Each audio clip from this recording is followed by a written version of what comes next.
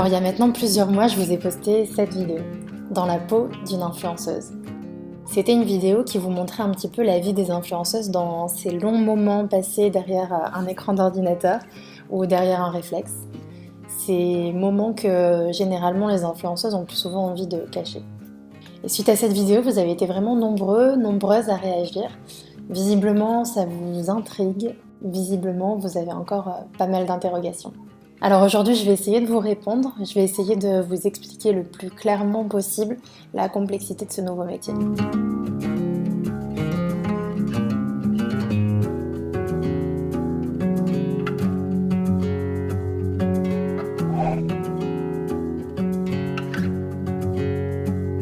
C'est, je pense, la question qui revient le plus souvent et franchement, je peux le comprendre parce que c'est un nouveau métier et c'est très complexe.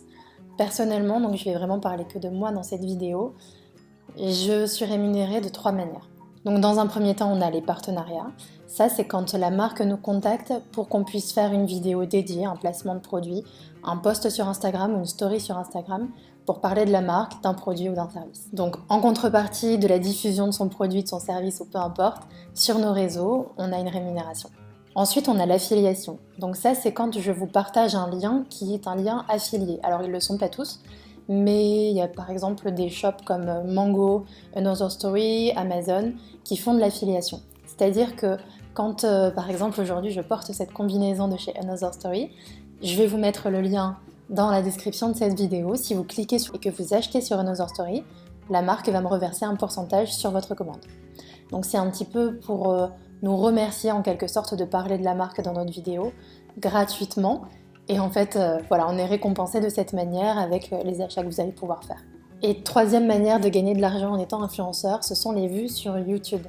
Alors en général, on parle de 1 euro les 1000 vues. C'est quelque chose c'est vraiment une moyenne assez large parce que ça dépend vraiment de plein de choses. C'est-à-dire que déjà, en fait, comment on monétise nos vidéos, c'est quand vous regardez cette vidéo, si vous avez vu une petite pub par exemple avant de la regarder, je vais recevoir de l'argent parce que vous avez vu cette pub. Donc toutes les vidéos ne sont pas monétisées. C'est-à-dire que par exemple, on peut voir par exemple des personnes qui font le buzz complètement et qui font des 1 million de vues. Si la vidéo n'était pas monétisée, ils vont rien du tout recevoir. Personnellement, par exemple sur ma chaîne, j'ai à peu près 70% de mes vidéos qui sont monétisées. Et là encore, c'est pas forcément égal pour tout le monde parce qu'en fait, les pubs qui vont être mises sur nos vidéos sont des pubs qui sont achetées aux enchères par les marques qui mettent ces pubs. C'est un petit peu complexe. Et en fait, les enchères vont être plus ou moins hautes suivant le sujet de la vidéo, etc. Donc là, c'est vrai que je vous ai répertorié partenariat, affiliation et vues sur les vidéos YouTube. Et c'est vraiment l'ordre avec lequel je vais gagner plus ou moins d'argent. C'est-à-dire que mes revenus principaux vont venir des partenariats, ensuite de l'affiliation et enfin les revenus YouTube qui sont vraiment pas énormes.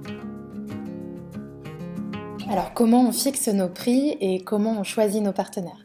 En fait, le plus souvent, c'est la marque qui nous contacte, la marque ou alors l'agence, parce que 80% des cas, les marques passent par des agences pour nous mettre en relation.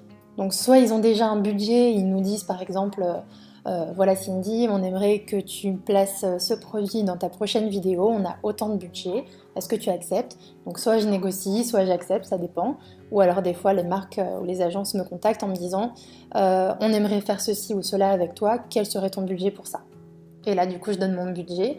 Donc, j'ai pas vraiment de grille tarifaire et c'est là où entre en compte le choix de mes partenaires. C'est-à-dire que j'ai pas vraiment de grille tarifaire. Alors, j'ai une moyenne forcément qui évolue, mais par exemple, je vais pas donner le même tarif pour une start-up que pour un gros groupe.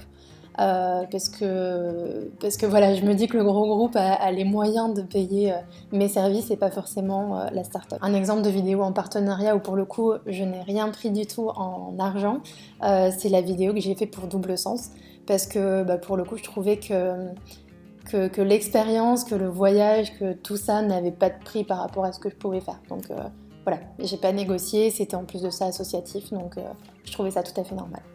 En revanche, quand j'ai des gros groupes qui me contactent en me disant « j'ai peanuts pour que tu fasses ceci et ceci », honnêtement, voilà. Et bien évidemment, tous mes partenariats, je pense que vous le savez aujourd'hui, je parle encore une fois uniquement de moi. Tout ce que je vous montre tout ce que je fais en partenariat, je me pose toujours la question avant, est-ce que moi-même je serai cliente? Si je ne le suis pas, je ne le fais pas. Même si des fois il y a des cachets énormes derrière les propositions, je sais que j'ai besoin de vous et je sais que pour vous garder en quelque sorte, il faut que je sois le plus intègre possible pour que vous puissiez toujours avoir confiance en moi, etc. Alors comment on déclare tout ça? Quand influenceur devient votre métier, quand vous commencez à gagner de l'argent, il faut créer votre société. Donc généralement, on commence par une auto-entreprise et plus cette auto-entreprise va évoluer, plus vous allez gagner de l'argent, plus il va falloir la transformer en entreprise et cette fois avoir un comptable, etc. C'est une structure beaucoup plus évoluée. Donc généralement, on déclare nos revenus à l'URSSAF qui va se charger de récolter nos cotisations qui vont nous servir par exemple pour la retraite. Donc c'est vrai que si vous êtes employé, c'est quelque chose que vous ne voyez pas parce que c'est votre employeur qui le fait. Mais là, on est nos propres employés en quelque sorte, donc c'est à nous-mêmes de le faire. Donc oui, les influenceurs auront droit à la retraite, on cotise pour ça. En revanche, quand on parle de congés payés, de vacances, ça c'est autre chose. Je vous en ai déjà parlé dans ma vidéo, vous. C'est très dur de déconnecter, d'autant plus quand on n'a pas réellement de jours off, pas réellement de dimanche et les vacances n'existent pas. On commence pas à 8h, on termine rarement à 18h, c'est un petit peu du 24-24.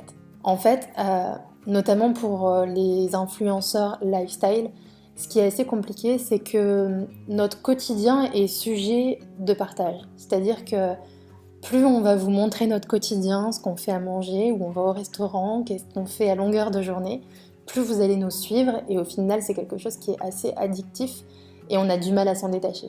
Mais de plus en plus on le voit, il y a pas mal d'influenceurs sur Instagram notamment qui font des petites cures offline, c'est-à-dire que pendant les vacances elles éteignent complètement leur téléphone et n'y touchent pas pour se déconnecter complètement. Personnellement j'ai aussi appris à le faire, je vous en ai déjà parlé, personnellement je le fais un petit peu plus au quotidien. Les inconvénients de ce métier, alors c'est vrai que de l'extérieur c'est un métier qui fait un petit peu rêver, c'est normal, mais je pense qu'on oublie parfois le côté solitude.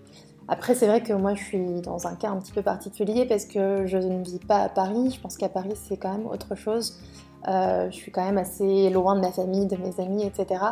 Donc la solitude se fait forcément ressentir, mais je pense que dans tous les cas, pour tout le monde c'est pareil, c'est-à-dire qu'on est confronté à nous-mêmes. On est confronté à nous-mêmes pour nous motiver, pour se lever le matin, pour se préparer, même si on reste toute la journée à la maison. C'est ça qui est le plus difficile. Et à contrario, les avantages, je vais pas vous le cacher, c'est sûr que c'est un métier qui peut rapporter pas mal d'argent, parfois même beaucoup d'argent. Mais c'est aussi et surtout vraiment une aventure qui est juste fantastique. J'ai vécu des moments juste dingues en faisant ce métier. Je trouve ça toujours assez paradoxal parce que en fait j'ai du mal à dire le mot métier en parlant de ce que je fais et en même temps c'en est un. Mais je pense que si j'ai aussi du mal c'est parce que c'est vraiment avant tout une passion et c'est vrai que je vis des choses fantastiques quand je pars en voyage. C'est pour mon travail mais c'est en effet des aventures complètement dingues.